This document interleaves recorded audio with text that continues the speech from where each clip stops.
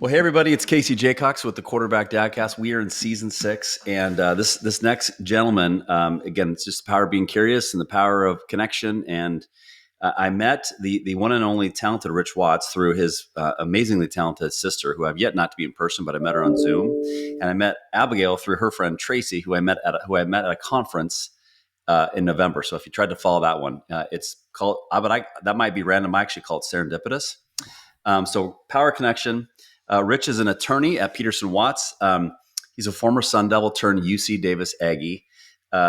He might be still have the highest batting average for UC Davis as a catcher. We might find that out. He's in the Hall of Fame at UC Davis. He's a former Pittsburgh Pirate, played some minor league baseball. We'll hear about that. A hockey guy and a golfer, but more importantly, a dad. And that's why we're having him on today to talk about Rich the dad and how he's working hard or continues to work hard to be that ultimate leader of his household. So without further ado, Mr. Watts, welcome to the Quarterback Dadcast. Oh, thanks so much for having me, Casey. How about that intro? That was a lot. I was impressed. I didn't have the smoke machine. It broke right before I was getting hit record because I really wanted to get some energy and bring the noise. Oh, that's funny. I wish this episode was sponsored by Zen too, but it's not. But maybe they're out there. All right. Well, we always start each episode with gratitude. So tell me, what are you most grateful for as a dad today? Oh, definitely most grateful for my family, my kids, and all the effort that they provide to be amazing children and contributors to our society. And I'm truly blessed with an amazing wife who kind of runs it all. We have that in common. Most good marriages, we marry up, and they quickly, that mother's intuition and the mom game. They read the defense better than most. They see problems happening before us dads. At least I'll speak for myself. My wife's even more handier than I am, which doesn't say a lot. But I'm grateful today for. I think right before we record, we just talked about the journey of high school sports, just the journey your kids go on, and I'm just grateful for taking a back seat, using curiosity as a superpower, and just watching them grow. And even I think about you got kids in college, but like that first few months when your kid goes, like the amount of maturity I've seen from my son from like the summer till his halfway through his freshman year, I'm like, whose kid is this? Right. It's like I just am blown away by how much he's changed. And people warn me, but I didn't realize it until now it's happening. But I'm very, very grateful for that. Awesome. Well, bring me inside the Watts huddle, and in terms of the family, talk a little bit about each member of the squad and how you and your wife met. Sure. Well, the story with my wife is she was an all-conference basketball player at UC Davis. We actually met in the training room.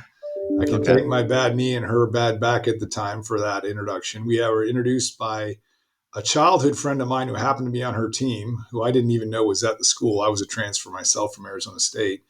And after that, we've been college sweethearts and married since 1996. So we're pushing 30 years here. And we've just had an incredible journey together.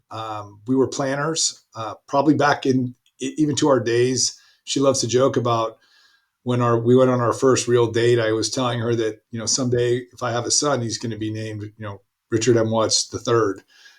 He's not. He's Richard C. Watts. But we planned that far back. I mean, that's how we've done it. And we started out as two, broke college kids, getting married very young, getting a couple of grad degrees. She has an MBA, and I went and got a law degree, and we've built a lot together. And that's been, I think, something we're extremely proud of. Very cool. And then your kids, talk about them a little bit. So my son, Richie, is 22. Our first, he's an incredible personality. He really lights up a room, controls a room when he walks into it. He's an incredibly dedicated athlete and student. He gets excellent grades. Both my kids do. But he's probably the more emotional of my two kids, but they both have an incredible fire. He's a football player at Cal Poly. He's a quarterback there. In his second year there, he transferred from University of Buffalo, and he had transferred to there from a junior college where he won a national championship at the College of San Mateo. So he's had a really fun time in college and his high school career. I mean, we were talking earlier about going to the games. I think probably my favorite time of being his dad was Little League baseball. It was pure. It was our town. It was playing against your buddies. And from that point forward, things got more intense. My kid's a little too old for the big travel ball deal. We didn't really do a lot of that, but I do miss going to the games. Gosh, that was pretty much one of my favorite things to do. Is a Monday, Tuesday, Wednesday, Thursday. We usually had something going. And my daughter Alexa is a outside hitter at Murray State in Kentucky. She is purely a volleyball player. She was an excellent swimmer growing up. She is intense, a little quieter than my son, but she's definitely as competitive as there is out there. That comes definitely from both mom and myself. Outstanding student and truly one of the most loving people you're ever going to meet in your life. I mean, she may be relatively quiet, but when you're in her circle, you're in for life. She's an amazing girl. Love it. And how good is it to have a tough daughter? Oh, it's a huge relief. I mean, I know uh, we all try to teach our kids, especially our daughters, to be their own advocates and to be tough and to do those things and stand up for yourself. And um, I don't exactly know how it worked. It just did. That she's just not afraid to advocate for herself, and she's an extremely strong personality in interpersonal relationships. And I know that she's going to never back down and to stand up for herself. She's a lot like her aunt Abigail, who introduced us. She's another tough one. I do you think it's because of the brother too, older brother, a little bit? I think so. I mean, I think there's some of that. I'm not sure if that's what created the dynamic with Abigail and I, but I think there's some of that for sure. I think a lot of it comes from her mom. I mean, she got to see her mom when we had COVID out in California, and they locked us down and shut down sports for the kids. My wife was on the front lines on the news often, and as much as she could get the message out to advocate for kids getting back on the fields. And so she saw that firsthand, and she's seen, there's the saying mama bear is probably taking it too light with my wife. She's more like a terrifying lion if you do something to her kids. And so my wife's been a great example for that to my daughter. And of course, my daughter always knows she can ring the bell and I'll come running. But I don't know how much she needs that too much anymore. She's Yeah. pretty dang tough. It's funny. I think so. My son is Ryder's 2.5 years older than Riley, my daughter. But when they were in COVID and we got shut down too, we'd play 1-on-1 in the backyard. It was 3 dribble max. He couldn't score in the paint. That was the rules. And I was the ref, and I obviously let it go a little bit. Well, there's one time, I mean, he literally fouls the living shit out of her, like flies her into the house, and like I'm like, "What are you doing, dude?" And she's like, "Dad, I'm fine." I'm like, that's like a double flagrant T. Yeah. He should be ejected. But like I think like sometimes we'll talk about that now as a family, and those memories of playing backyard 1-on-1, and she says a lot of my toughness comes from Ryder from COVID. Oh, there's no doubt some of her toughness comes from her brother. I mean, she stood up for herself plenty as a kid, but he's also pretty darn protective of her. So I think her high school, while he was there, um, you know, there wasn't a lot of fear of anybody messing with her, put it that way. I think I saw an interview with one of the Diaz, with Nate Diaz, and he was talking about, the guy asked him, have you ever were you bullied in high school? He said, no, I got a brother, and his brother just happens to be a world champion fighter. But I think that's how Alexa would have looked at it. I mean, she always knew that, and I think everybody in high school knew that you don't mess with Alexa because her big brother's coming if you do. So, Love it. but she didn't That's need much of that. yeah. What does your wife do? My wife stays at home. She worked for about 5 years, 6 years when no, actually longer than that, about 10 years when we got married.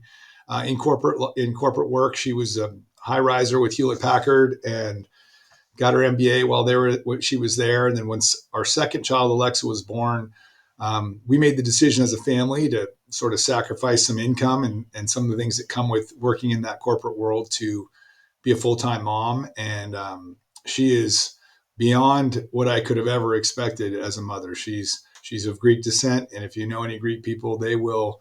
A mother in that world is the ultimate caretaker and caregiver. Love it. Yeah, it's fun. It's we were similar journey. Very grateful when and I'm glad it was my wife's decision, not mine. And when she hung up the cleats, I don't know what age it was. Maybe when the kids were like 5 and 3 or 4 and 2 or something like that. And uh, for me, as when I was in corporate, it was like this relief because then I know that I still tried to get home as early as I could to be have family dinners, but like knowing that if they were sick, I could still go work. Absolutely. And that just took so much pressure off. And she's actually now gone back to work, which is kind of cool. She got a job during COVID for it's kind of a funny story. One of my clients that hired me to coach one of their sales executives, they ended up hiring her to do like operations work. And she's been there over 4 years and Oh, got the that's job like awesome. during COVID. Yeah, it's kind of fun. Yeah, my wife's life now is a little more dedicated to me, obviously, because now I'm the only one she takes care of, and she definitely has to take care of me. I'm a real pain. But she's really still heavily invested in the kids. I mean, we talk to the kids probably every day, but she is a fitness buff and she's in incredible shape, and she works out harder than I possibly can imagine at this point in my life. And I think her emphasis, she put her time in as the full time mom. That's a 24/7 job. Oh, yeah. So now she gets to enjoy her semi retirement. Wow. Our stories are similar, man. I have my wife is see my fitness goals at this age are don't get fat, don't get hurt. And she's still doing freaking power cleans and deadlifts. I'm like, Yeah. hard pass on that. Yeah, yeah. I want to be able I to was golf. joking the other day. Someone was asking me about my workout routine and what my squats were these days, and I said, "Well, I can tell you this: my last day of baseball with the Pittsburgh Pirates, I told myself I was never going to do a power clean again the rest of my life, and I was never going to do squats. Now I've done some squats and I've done some power cleans, but it's not something I enjoy. And she's out there doing the same thing: deadlifts, power cleans, deep lunges. I'm like, I'm just like you said, trying to stay healthy and not get heavy. Yep, 100%. All right, man. Well, I always like transition to dad stuff now. But I like ask my guests to go back in time to Sure. try to reflect on what was life like growing up for you, and share a little bit about how the impact your parents had on you now that you're a dad. Sure. Well, I think my dad said something to me when I was pretty young. I never forgot it. He said, "You're never going to know how much I love you until you have your own kid." And no doubt, I learned that. And I think I appreciated it. My dad was a little more old school, kind of not a big disciplinarian, but you knew you didn't want to disappoint him. That was the biggest threat. It wasn't about getting spanked or even grounded. It was just hearing that rotary phone on the wall when my mom called him at work and knowing he was coming home and you'd have to talk about something you messed up. So he was, there for me in sports always. He was an incredible dad, taught me how to fix things and work on things. Never missed anything he could. If he could make it somehow, some way, he did. And he was just an amazing support and someone who I still call for any complex question I have in my life. I'm going to call and ask him that question. And my mom was truly like an amazingly dedicated mother, a lot like my wife, where there was food always ready to go. There was, if I needed to learn flashcards, she was going to sit down at the table with me and we were going to learn flashcards. Um, she she's more emotional than my dad was, so she showered us with love. Not a big thing that in my dad's upbringing. I don't think that there was a lot of the word love being used, but you knew he did. But she was sort of the emotional one who shared that with us. And frankly, I took that part from her and continued to do that with my kids from day one. I just felt like they need to know it. Like I said, I never didn't think my dad loved me, but he didn't have to say it, but I said it. And I made sure my kids understood it and understand it to this very day. We close every call with "I love you." That's how we do it. Us too. That's so good. When is mom and dad still with us? Mom and dad are still here. They live in Georgia. They are, obviously very retired now and loving all their grandkids. And my dad loves to go ride on an airplane when someone asks, "Do you have grandkid?" because he gets to talk about all of them. And my, as you probably know, my sister's son plays in the NFL. Her other son plays at Syracuse. My oldest niece was a star track star. Probably could have kept going. She ran at Marshall for a short time and then focused on her education. Both my kids play Division I sports. My brothers both played college football, and it's just a crazy story. So I think my dad's favorite thing is to sit on an airplane. He'll always tell you at the end of it, telling you about these conversations, and just nobody's going to believe you. Yeah. But it's pretty neat what they built as a set of grandparents, and I think every one of their grandchildren just absolutely adores them. My dad is far more uh, touchy feely with his grandkids. I mean, the guy will hug the heck out of them, and I'm like, I never got those as a kid. You know, he still has a hard time when I pull him in and give him a big hug because it's just not the way he was raised. But Yeah. they're just amazing, and I probably talk to my parents at least 3 or 4 times a week, sometimes more. It used to be every single day. Um, and they talk to 4 kids every day, almost every day. We all call, so that shows how much of an impact they had on us. That's awesome. That's, it's you're making me think about. I hope that what you described is what I have later with my kids, because I lost my dad in 2021, December 29th, Sorry to 2021. hear that. My mom, she's 75. They live in Eastern Washington. I talk to her every couple of days.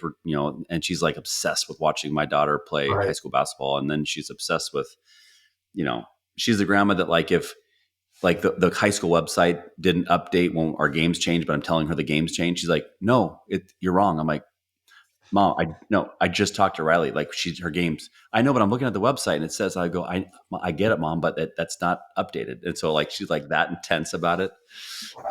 That's But we know awesome. they care. But like, but my son, I'm on Snapchat now, Rich, but I never thought in my wildest dreams I'd ever be on Snapchat. But Right. me and my son every single day. And to your point, we always end each other, whether it's my daughter's going to school, hey, love you, honey, same thing. And that should be normal. It shouldn't be, Absolutely. but my dad, he was born in 42, and kind of the same thing you talked about. I don't remember a lot of, I knew he loved me, and he didn't miss one of my college football games, never missed one. But I mean, I don't know if we're like wired this now because we didn't have that. So we want to make sure that our kids have it, or if it's just generationally, I don't know, but it's interesting to think about. I think it's a combination of your upbringing with both your parents. For me, at least, it certainly was. That I saw the things that I tried to take from both my parents, the positives. I mean, we all have our negatives, but I tried to focus on the things that I appreciated as a child. And there's no doubt that I appreciated how much I knew my mom would love me because she'd tell me. And I knew my dad would love me. I mean, no doubt. But it was just a different way to express it. Right. So I think taking those things as generations move forward, I mean, I think there's a lot of positive things. I think one of the things that concerns me is sort of the taking the man out of manhood in the last 20 years. And I still think a father's role as a protector, but I think you can also share some of that nurturing side as well. I mean, I love lions. I think they're the most amazing animals, and they're very similar to us, right? You have the females that feed the cubs, and they do all the daily stuff, and then if there's a cry, out of the bush comes dad to come save the day. But they'll also lay on the ground and let the cubs bite their ears and do all that stuff.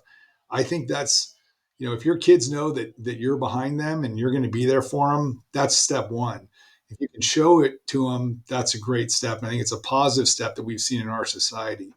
Um, I really do appreciate that my wife and I have different roles. I can't do what she does. I simply don't have the bandwidth to care, to give, to share the emotion as much as she does. She just has an ability to do it as a mother that I just don't have. Yeah. But I think we move forward, we grow as a society, but I still believe in I don't know. It doesn't necessarily have to be gender roles because whoever works. That doesn't bother me. But I think it's great when you can have um, the father be a father and talk to his son about those things, and my wife talks to my daughter about things I don't talk about. There's Yeah. lots of those things. So I think the evolution has been an interesting thing, but I've definitely kept some of the old school values that I think are valuable as a father. No, that's cool. I appreciate you sharing that. Um, what did mom and dad? Well, what did dad do for a job? My dad worked for AT&T for a very long time in the evolution from Pacific Telephone out in California to what became AT&T. He consulted for many years after he retired from AT&T. My mom stayed at home. She worked a little bit. She has a degree from Cal. She went back to school when I was a kid, which was a great example to set for us. I mean, she went and got a degree while raising 4 kids and graduated with amazing honors from Cal Berkeley. So that was pretty awesome. But so, dad was a suit and tie guy every day when I was a kid. He'd take the bus into San Francisco and work downtown for a long time. And my sister and I would go out and meet him at the bus stop and carry his briefcase home. And that was a pretty much daily event when we were little. We'd walk over to do that. So he was a corporate guy for a very long time. But he's also, former college football player, went to camp with the Atlanta Falcons, and when I'll never forget this. I was probably in eighth grade, and they were tearing down the high school football locker room to rebuild it for the varsity room. And one of the guys who was 4 or 5 years older than me, I mean, these guys don't know I'm an eighth grader, comes and said, "Oh my God, your dad is an animal." And I said, "Well, why is that?" Well, he pushed over the entire locker set by himself and took it right off the bolts. And I was like, "Well, that sounds like my dad." That's the kind of guy he was. But he to this day is still a huge human being. I mean, he's muscular at almost 80 years old. He still lifts weights. Wow. What position did he play? He played middle linebacker, so he did. He had an interesting. My grandfather was a tough lineman, and so their raising a quarterback was a very interesting transition. So they just didn't get it. I mean, this is a different world. I didn't want to smash people. I wanted to throw touchdowns and put my hands up in the air like Joe Montana.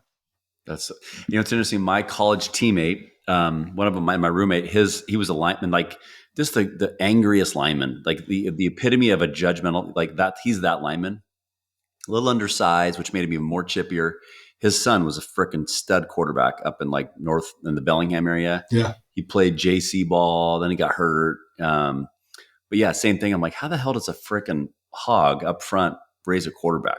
I think it was kind of nice because my dad didn't know anything about playing that position. So, Yeah. and I was, later my emphasis became baseball, but my dad wasn't one to criticize how I played.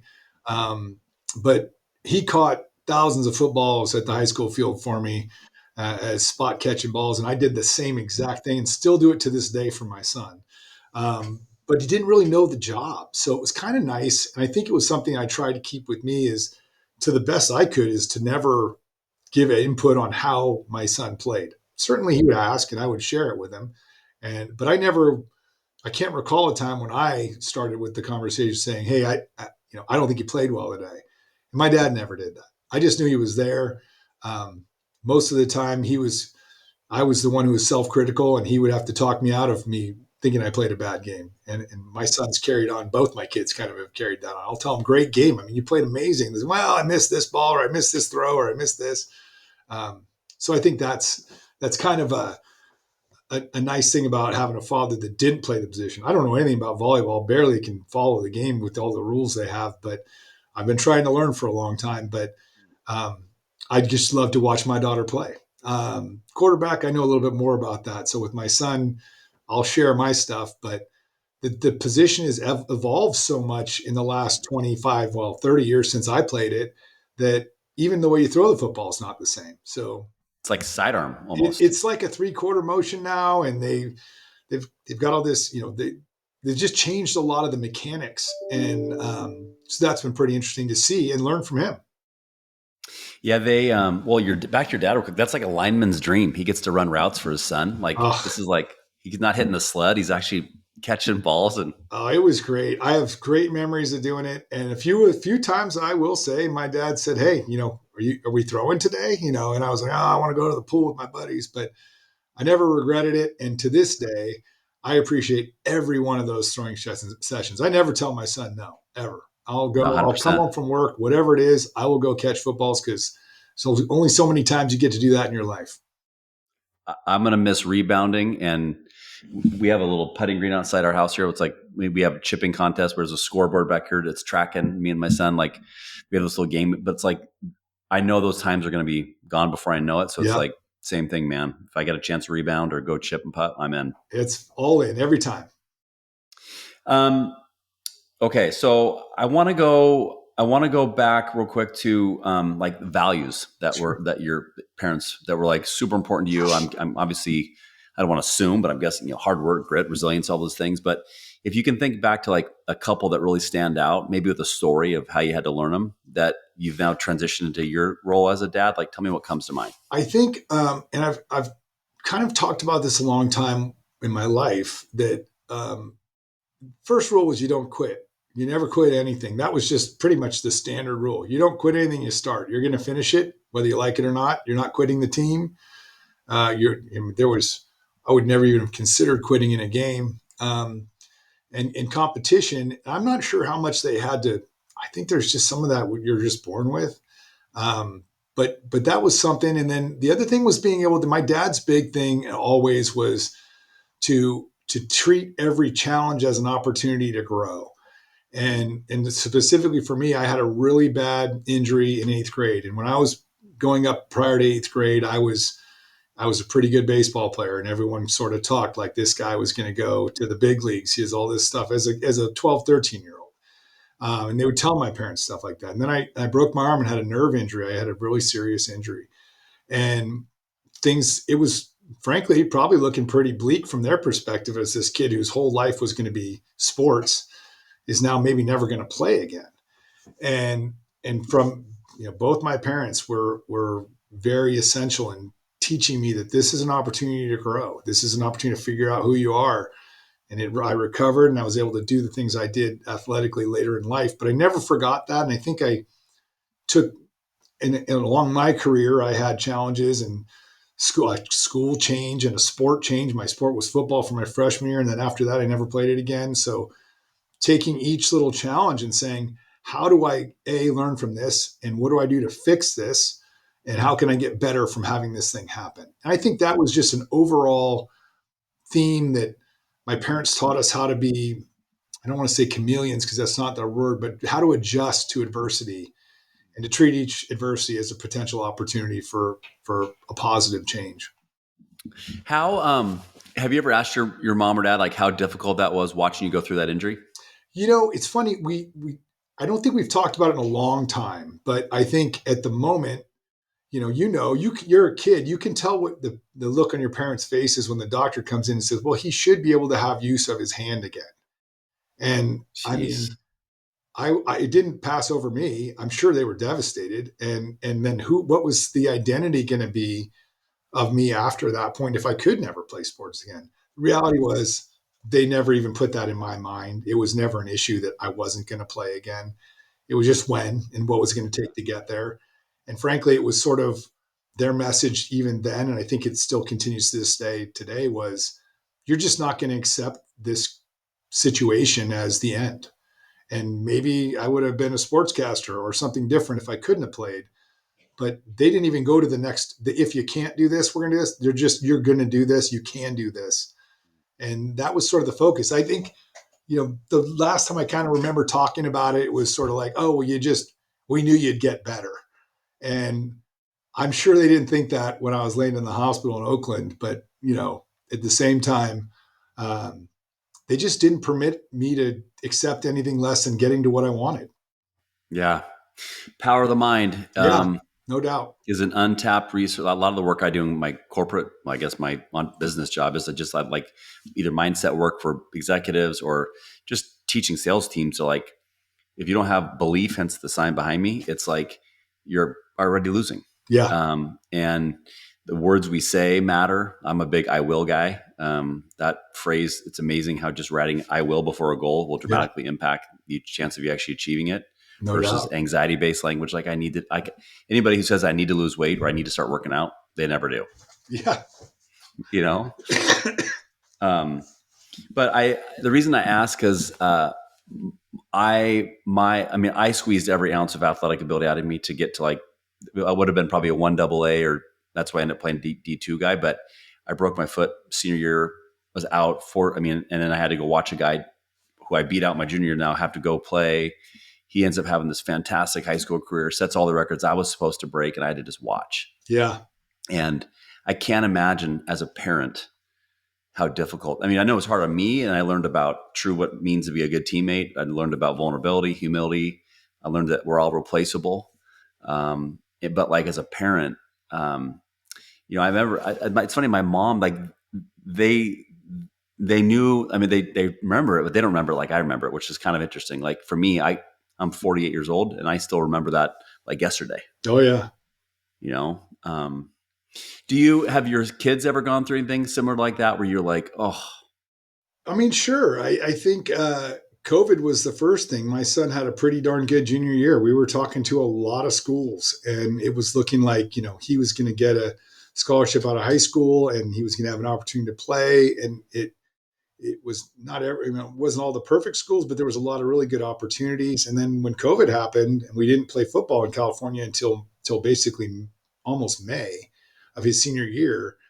I mean, you're looking at, we went from talking to really good FCS schools and kind of the FBS schools that were not the elite top 25, but other schools that were really good schools to, oh God, he's going to junior college if he wants to play football.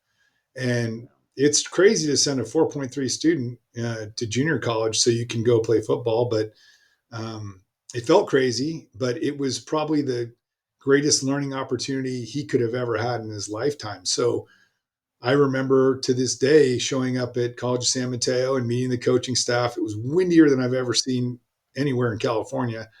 And they talked about how he was going to play well there. And then after his first, when he got there, there were 7 quarterbacks in the room at a 2-year school. And they told us after like the second week that we had been warned that most junior college players are going to gray shirt, and they have a really good program that mean you don't enroll in full classes and doesn't burn eligibility. And we were kind of a little shocked by it. And when the coach called us, he said, well, he's going to win us a championship. It just won't be this year. And I remember just thinking, man, he's stuck going to a junior college away from home. In junior college is definitely no free pass. It is like being in the minor leagues. It is a grind.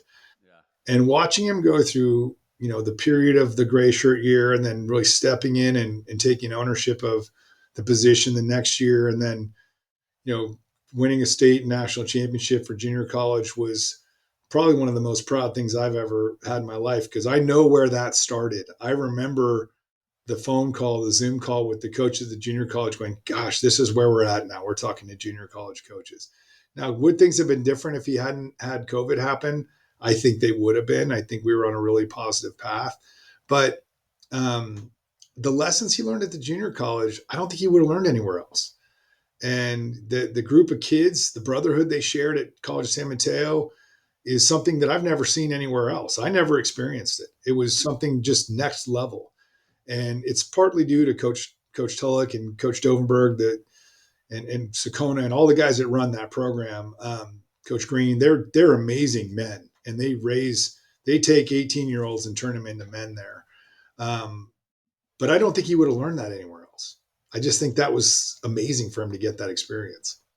isn't it funny how, I mean, you can your mind can easily go down the path of, oh, but this or that, and Uncle Rico, and I Yeah, would have been in a hot tub with my soulmate, yeah, but it's like, no, like that happened for, I look at these, I'm a definitely believer of things happen in life for a reason. Sometimes it's like, bad stuff happens. You're like, I don't ever wish any bad stuff on right, people, but like even COVID, as horrible as COVID was, for like it it brought us closer as a family. It gave us more. It slowed us down to have more family dinners. It brought my son and my daughter closer together. I'm very we're very lucky. Our kids were younger. I can't even, because my niece was a COVID. She got same thing. Kind of her college basketball experience got totally changed because of right.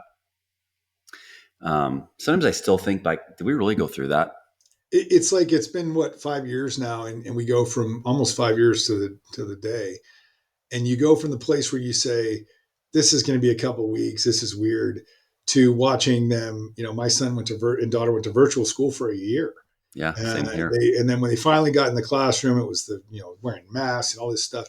But I think you're right. No doubt when COVID happened and we were all locked down, it was kind of nice. I mean, we did have the slowdown. We didn't have volleyball tournaments every weekend, and we didn't have a 7-on-7 tournament every weekend. But we did. I think missing out on my wife and I, especially, the joy of just watching our kids play. I don't even care what they do on the field, but just to watch them play gives us so much joy. Yeah. And as the clock starts ticking down here, we're treasuring every single moment, no doubt. Yeah. Do you guys try to travel to a lot of the games? Yeah, we did a ridiculous travel schedule last year. We went to Cal Poly's 5 hours from us, so we would drive there. We went back to see my daughter play in Kentucky, at where Murray is, and we also saw her play in Chicago. The harder thing with volleyball is you can travel across the country to go to Murray, and they'll do a 3 game sweep, and the game's over in an hour, and the next day they do the same thing, and that's it. You traveled 4,000 miles for that, or 8,000 round trip. But everything's on ESPN Plus for us, so we're able to watch. We don't miss anything. We watch every single game, whether it's either kid. In fact, my son's first touchdown he scored in college at Division I level was we watched it on my iPad at I think UIC or one of the schools that we were visiting, watching our daughter play. So So cool. we don't miss it. We're nuts. We are, but we traveled, and we plan on traveling for 11 weeks starting at the end of August, and we have a great house sitter, and we're gone pretty much Friday, Saturday, Sunday for 10 weeks. Love it. So you guys are a few years ahead, but we're about to enter that journey. And my son, he plays golf in college at a small school called Southern Oregon. And my daughter, she's an aspiring. Um, we'll see what happens. She's finished up her junior year right now. But yeah, just like the joy you get is, and for people, I know what you're talking about because I'm experiencing it too. And it surpasses any joy as a former player, at least for me. Like I Oh, no love the doubt. experience, but seeing your son or daughter do something, like I was telling my daughter too, like if my dad was still alive, like my dad was the guy, he dropped crazy GD bombs, just freak out in the crowd, and sometimes bad, sometimes good, but more good than bad. But like if he watched my daughter play hoop, like, cause she's just like this Tasmanian devil, never gets tired, really good shooter, but like does not back down to anybody. He would just be like loving it. I mean, Like, it is amazing, and we enjoy it. Highs and lows, it's the one thing I try to explain to people about college sports is getting there is really hard. Then having a career is really hard.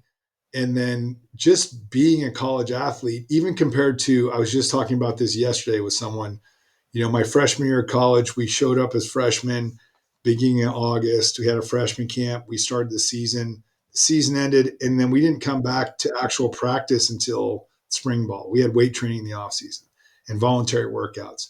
Nowadays, the season ends, you get your Christmas off if you're not in a bowl game. Then you come back and you're at 6 a.m. workouts. Then you start spring ball, and then you have 6 a.m. workouts again until you start summer ball, and then that starts the whole season over again. It's a real grind. And my dad told me this about when he showed up with the Falcons. He said he looked around the locker room. He said everybody in here was the best player on their team in college, and that's pretty much what college sports are like. Everybody in there was the best player on their high school team. Some of them the best players in their leagues or in their counties, and you're competing with those people for playing time. So it is definitely a grind. You're going to have coaches you love. You have coaches you don't like so much. You got to deal with personalities. But I think the lessons that are learned in college athletics translate directly into the workplace in life. I mean, that's just how it is. Adversity is just like I said, it's another opportunity to find another path or a way to get success. 1,000%. Um, I want to ask about your kids again, but where do you think, you strike me, even though we've never met before, you strike me as a guy that really embraces kind of like mental toughness and power of the mind. Where do you think that was either learned or taught? I'm not sure how much it was taught at all. I think just even talking to my parents about how I was playing little kids sports, it just came from my parents. And I think there's a lot of that where it was just I'm innately competitive.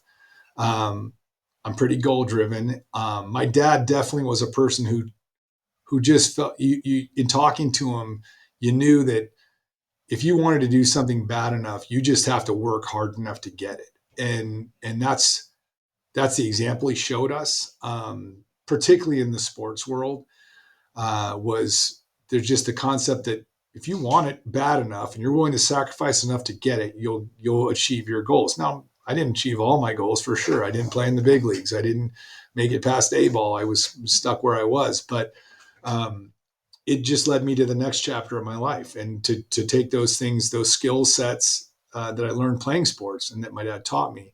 That mental toughness is a strange thing because I think that phrase is kind of ambiguous, right? It can mean lots of different things, but for me, I think not accepting somebody else's evaluation of what my limits might be is certainly one of those things I've always felt. If you, I had a coach tell me one time, a basketball coach, Coach Kitchens, words to the effect of, all I have to do to make you do something is say you can't do it. And I definitely, that's true. And I think that's with both my kids. I think, knowing how hard it is to get to the next level, they both worked incredibly hard. I mean, they sacrificed so much to get to where they are today. I think they can continue to keep that practice in their lives. Yeah, it'll be fun to see. I mean, obviously, you more is taught when they see it. I mean, we can talk it, but when your kids see it, it's like exercise. My kids work out all the time now. That's not even that's just what they do. Right. And it'll be interesting to see like the lessons. I mean, your his family's the freaking lineage is like insane to see how many D1 athletes you guys have, but It's pretty crazy right now. yeah, it's insane. Then you got pro athletes, you got your pops, but like those skills, they're going to be beasts in business world. You Yeah, just I hope so. and if they don't decide to be a beast in business world, they'll be a beast in something else. Yeah. Just And it winners might be win. being a beast as like my wife. I mean, it's funny. I wouldn't call her a beast, but she's definitely terrifying. You don't want to mess with her. She will. Beast in a good way. Yeah, Beauty and the she's beast. yeah. Well, my daughter. We used to always call her beast mode because when she played basketball, I mean, she was 5'11" in eighth grade and very strong. She was a swimmer. So I mean, her rebounding was. I have a video that I love to this day, and I send it around once in a while where she got a rebound. A girl was hanging onto the ball, and she full on tomahawked that girl into the ground, just ripping the ball. And I remember watching it, and my wife did on the video. You can hear her go, "Oh!" And I just was like, "She's good. She's fine. She'll be fine in whatever she wants to do." Oh, those are the best. Um, okay, I'd love to transition. So, obviously, a hot topic right now, and if kids in college is like NIL, which has completely Sure. changed college sports. Um, Transfer portal. I don't know if it was meant to be what it is, but I definitely it seems like at times it can be completely out of control. Yeah. There's horror stories, there's success stories. Maybe I'd love to know your experience as a dad, like going through it, Yeah. lessons learned that maybe other dads or moms might be able to learn from your guys' experience. Yeah. I mean, it's funny because when I went to Arizona State to play football, I ended up playing baseball as well there. I played on the JV team, and I went through a transfer to play. I mean, they weren't going to let me play both there. And I was told at one of our JV games by the then Montreal Expos that, if you go to junior college, we'll draft you next year. And I said, well, that's fun, but this is probably my last baseball game. I'm going to just play football. And he said, that's a mistake. And I was left-handed catcher. I was 220 pounds, 6'2" kid. I was a big kid. So I did go I transferred, but it wasn't a portal. I didn't get to market myself or put it out there for the world to see I'm available.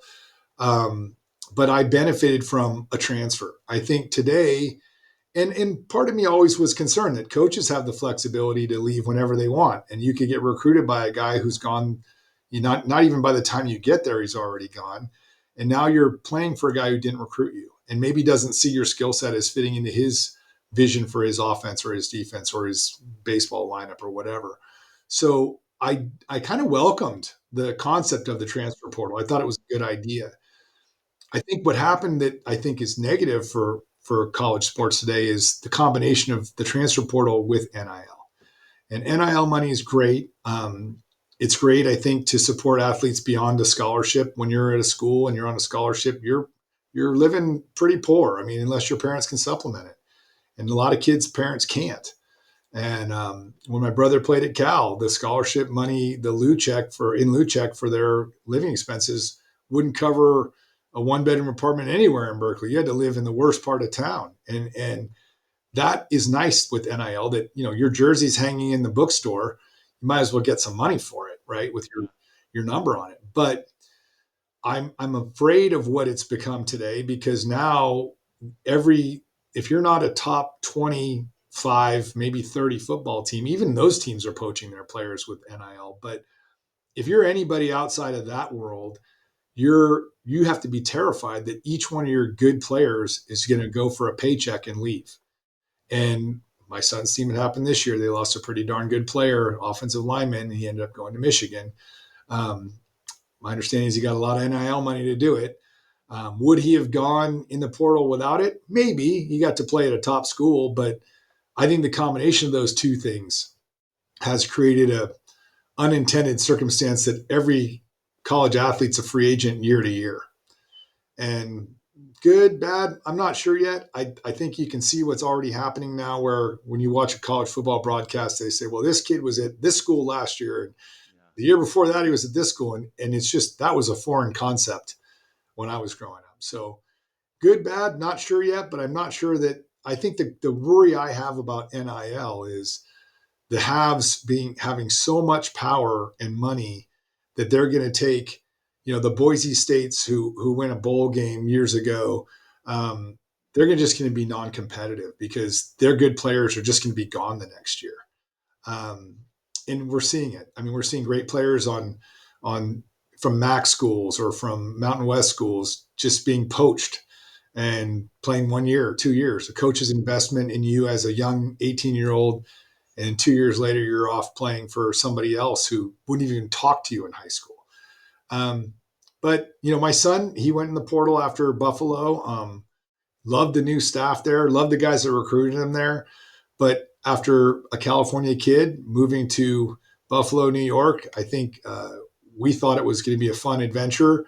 But living in Buffalo, New York was pretty tough between October That's and not May. sunny and 70. Yeah, I mean, and that's what he lives in today at Cal Poly. And when he went into the portal, one of the things we talked about was geography. He wanted to be in a location that was going to make him happy, and he is so happy today. I mean, he lives in paradise. But he benefited from the portal. I think it was a great tool for him to find a place to go play for a good staff, where guys that seemed to appreciate him, in a place he wanted to be, and in a school which had academics that were going to be very, very strong. I mean, some of the strongest in our state. Um, and an opportunity when you're done playing, because everybody's going to end playing someday, whether you play in the NFL or you finish in high school. The day it's over, you want to have a future. And I think that was a big part of why he chose Cal Poly. It was just, this is going to be a place that's going to set me up for life. What? Yeah, it's funny. Like I've not gone through the portal at all yet, but like the thing that concerns me, and my thoughts might be naive, but it seems like if you're starting, I look at like Caleb Williams, who went from Oklahoma, starting quarterback Oklahoma. Like, why would he need to transfer to USC? It's like you're still the starter. So now it just shakes up recruiting, and now it's like it impacts like high school kids are going to go there.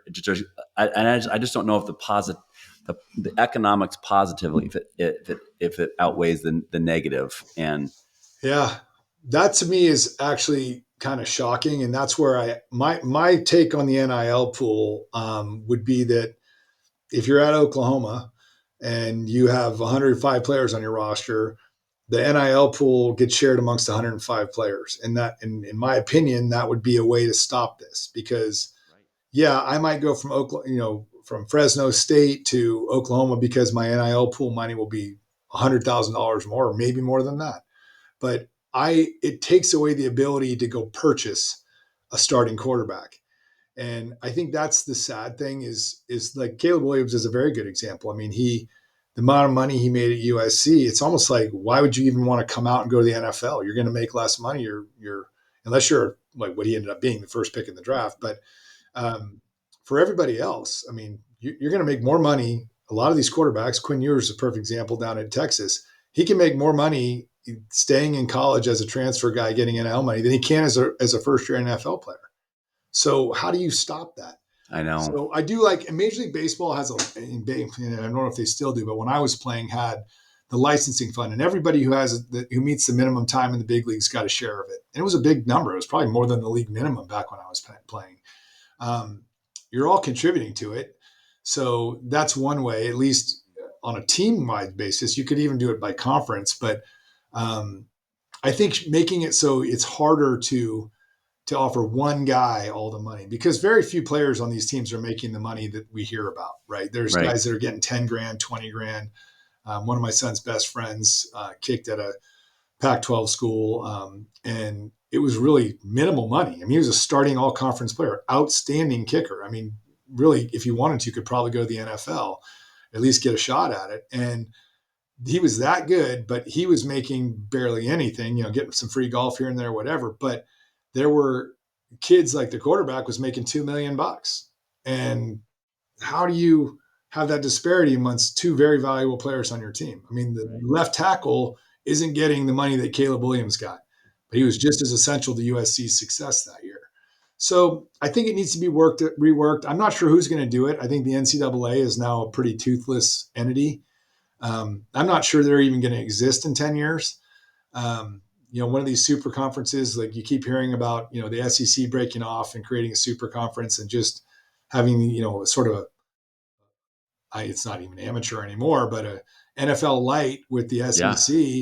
I mean, they're just going to be minor league players before they go to the NFL. And I don't think that's good for college sports. I don't think that's good for the kids that go to college that don't I play know. sports. Well, the college experience you lose, Absolutely. I the mean, growth, it's like, I know one thing I talked to my buddies about. Maybe it's okay. You're going to get NIL money, or you got to sign a 2-year deal. yeah. You can't transfer you got to be there 2 years unless you get hurt or something. And I think you're going to start seeing more sophistication from the boosters that give the NIL money and doing things like that. And maybe that might help. But someone also mentioned the concept to me that, if there's NIL money given to an athlete, they should only get the money if they graduate and incentivize a degree. And so you can give them a portion of the money, like 20% of the money, month to I month or like whatever. that. But then when they graduate, they get this money from that institution. I mean, that would be a big incentive to keep people to stay. 100%. Because, if you go to the NFL your junior year, great, you're going to go get paid. You don't need the Yeah, NIL money. But for the rest of the people that this is the end of the road, it's a heck of a good start to have a $500,000 check waiting for you in a trust account. mm. Yeah, crazy man. It is crazy. It's a wild west out there right now. It's going to be interesting to see as it just evolves as my kids further get older in this journey. But um, okay, if you were to summarize kind of what we talked about, we talked about a lot of good stuff that dads can take from our episode that they can, or conversation, they can say, man, I learned a couple things today, and I can apply these maybe 2 or 3 things from Rich and Casey's conversation that allow me to be kind of hopefully maybe a better leader of my huddle, better leader of my team or my family. Tell me what comes to mind, Rich. I think for me, in looking back on where we've gone so far and where we're at right now, I think the biggest thing for me as a father has been to support the kids. Just and that's maybe it's too big of a catch-all statement, but whatever they decide to do, if it's my son, I to this day, I have every one of my college teammates will say, why isn't he pitching? I mean, he's almost 6'4", he's 220 pounds, he throws gas. Why isn't he throwing a baseball? Well, because he chose not to. And I'm supporting him in that journey. And I'm going to support him in whatever journey he takes in his life. But I think being there for your kids unconditionally, they're going to make mistakes. They're going to make decisions you don't agree with. But being there unconditionally is probably the most valuable thing I think I can be as a father. And yeah, I probably have done more than I should have from time to time in helping my kids get out of trouble or whatever, but I don't regret any of it. I mean, I want to make sure they're safe and happy and they're going down the right path. I know they have the right values because they show it to me all the time, but I think support's a huge thing. I think sharing from an athletic side of it, I think the outcome is far less important than the experience. Um, the experience is far less important than the outcome. I think seeing my kids go through the college experiences and high school experience as athletes, the, the, the games are great. Winning and losing is important to consider, but I played a lot of games. I don't remember. I mean, I remember a lot of the plays still to this day, but I don't really remember all the games I won or lost. I remember the guys I played with or a play that was crazy. I miss the locker room to this day. That's why I played adult hockey. Was I got to compete again and be in a locker room and share the wins and losses with teams and all the other things that go with it. But I think being supportive and unconditional support. If they have a bad game, I don't really care. I'm usually there as a therapist to try and get them to say, okay, next one. Um, I don't care what the outcomes. I want them to win. Sure, I really do. I want them to have success. Absolutely. But if it doesn't happen, when it doesn't happen, because it won't happen from time to time, what can be learned from it? How can I best support my son or daughter?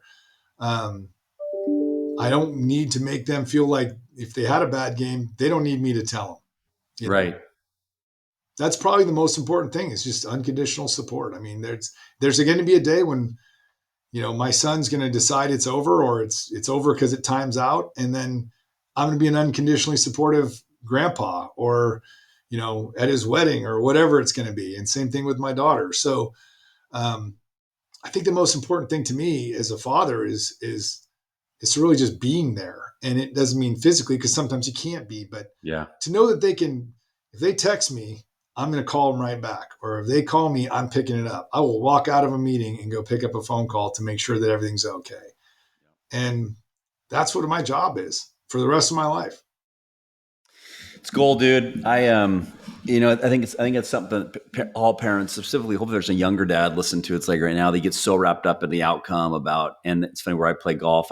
I'm become buddies with a younger dad that's probably like 10 years younger in terms of like where they're at in life. And we had breakfast, a few soda pops one day, and I was like, if I can give you any advice, dude, just like chill the f out Oh, no doubt. and just you have no control over what's going to happen. You do it a little bit, but at the end of the day, if they're going to be really, really good, they're going to be really, really good.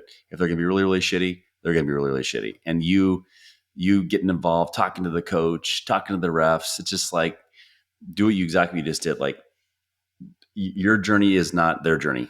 Their journey is their journey, and just let it happen Yep. and support them. If they want to go play catch, go play catch. But if you're the one always driving it, um, they're not gonna want to do it. There's no doubt. I've coached a lot of kids that were really good athletes, and I've seen burnout where the dad says, "Yeah, well, I can kind of close with this story because I thought it was ridiculous." I was at the gym and a friend of mine said, "Hey, I want you to meet this guy. His son's a really good baseball player." And he starts to talk to me about his son. He played 140 games last year. I'm like, wow, he's like 17, 18, must have played in a bunch of travel teams, all this stuff. He was a kid. He was like 11 years old. And I remember looking up years ago when I coached Little League, I looked up the odds of a Little Leaguer making the big leagues. It's like 1 in 11,000 or 12,000. The odds of a high school player, it's like 1 in 6,000 making it just to get into pro ball. And I remember thinking, I told him, I said, look, man, you got to let your kid love this game for what it is. Like make him Yeah. play 140 games. I promise you, he wanted to go play with his buddies. And I waited, and that kid didn't even play high school baseball. He shut it down in like ninth grade. He's just like, that's enough baseball for life. Yeah. Let the kids do things. Play lots of sports if you can. It's harder today than it was, but touch them all. I mean, my daughter didn't want to play volleyball. I tried to bribe her to try out for the volleyball team in seventh grade. And she only tried out because the PE coach said, I'll let you be my TA if you do it. And it ended up being something that got her a scholarship to go to college in a game she truly loves. And I had nothing to do with that. Don't my attempt failed to push her into that. It took somebody else. But yeah, I mean the experience. I'm not going to say I've never yelled at a ref. I've yelled at a few, Me too. but I will say as a coach, a lot of the kids I coached, the ones I saw whose parents had to push, if you have to push your kid, then your kid doesn't love it enough.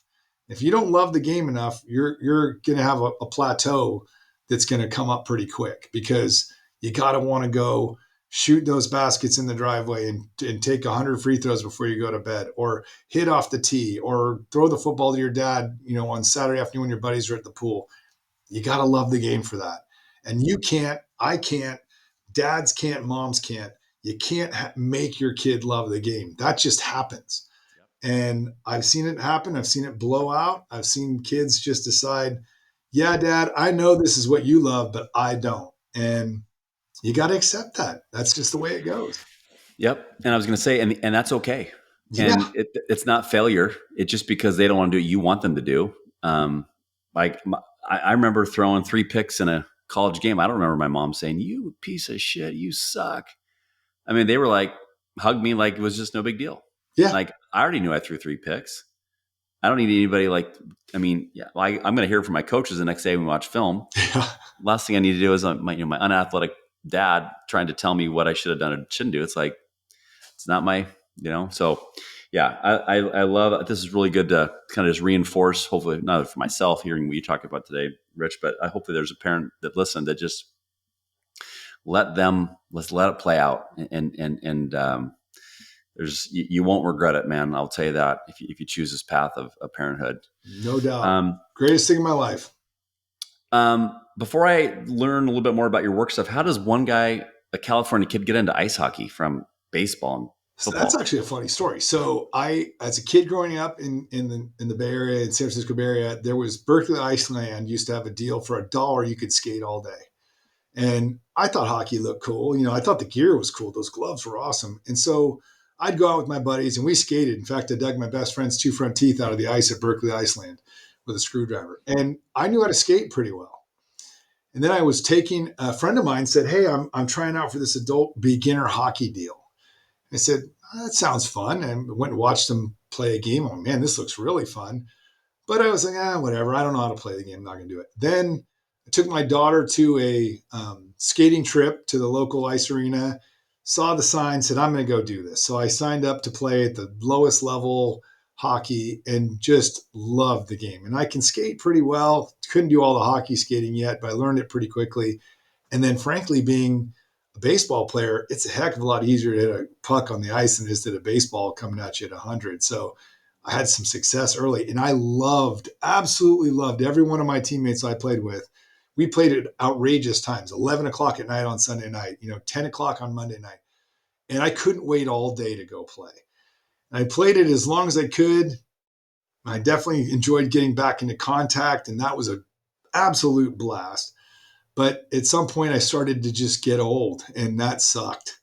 And I couldn't do what I wanted to do, and I started to get a little banged up. And I'm like, okay, I can't come to work where I can't walk for 3 days from this game. So, but it was a blast. I actually think it was one of my favorite things I did as an athlete was to play hockey. It was so much fun. I can't skate worth a shit, but I love hockey's probably my favorite sport. I'm a diehard Seattle Kraken fan. Oh, that's awesome. I watch every game.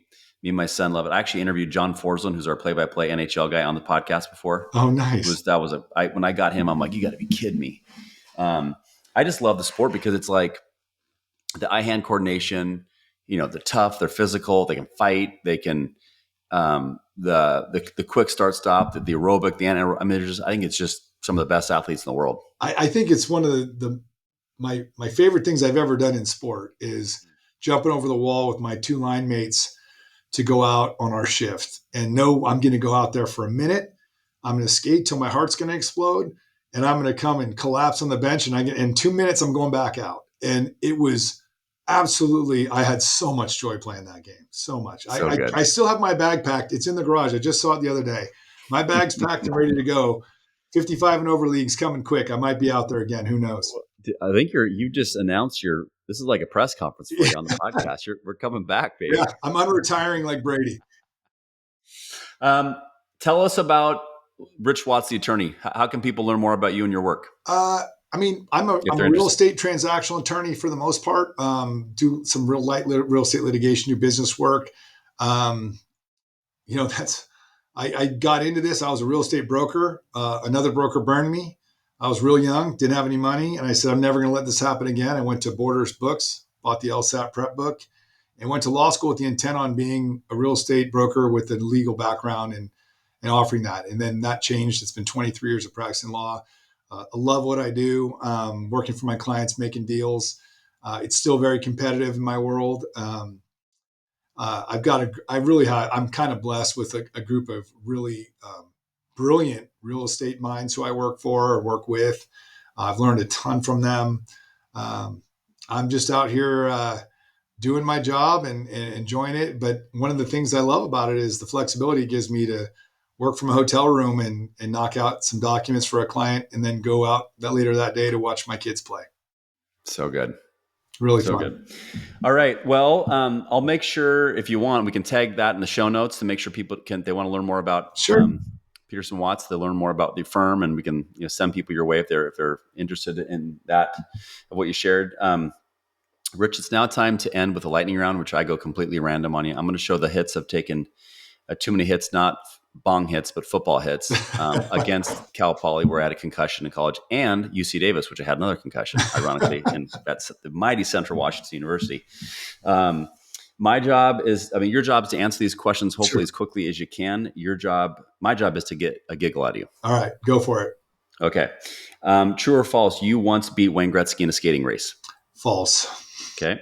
You got inducted to the UC Davis Hall of Fame for squatting 600. Maybe true.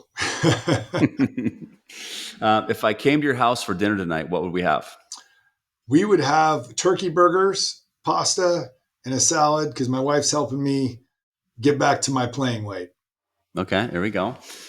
Favorite movie of all time is? Ooh, that's a tough one. I'd probably say Red Dawn, just because I will yell Wolverines at the end of anything. I'll have to stick with that one.